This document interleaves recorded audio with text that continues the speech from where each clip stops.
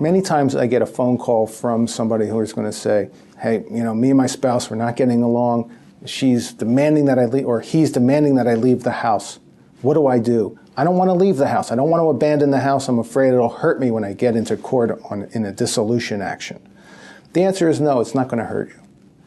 One spouse leaves the house, the other spouse, it doesn't matter. Because at the end of the day, when everything's said and done, everything's going to be divided equal. The only thing is, depending on your strategy, you may not want to leave the house. You may want to force the other spouse to leave the house.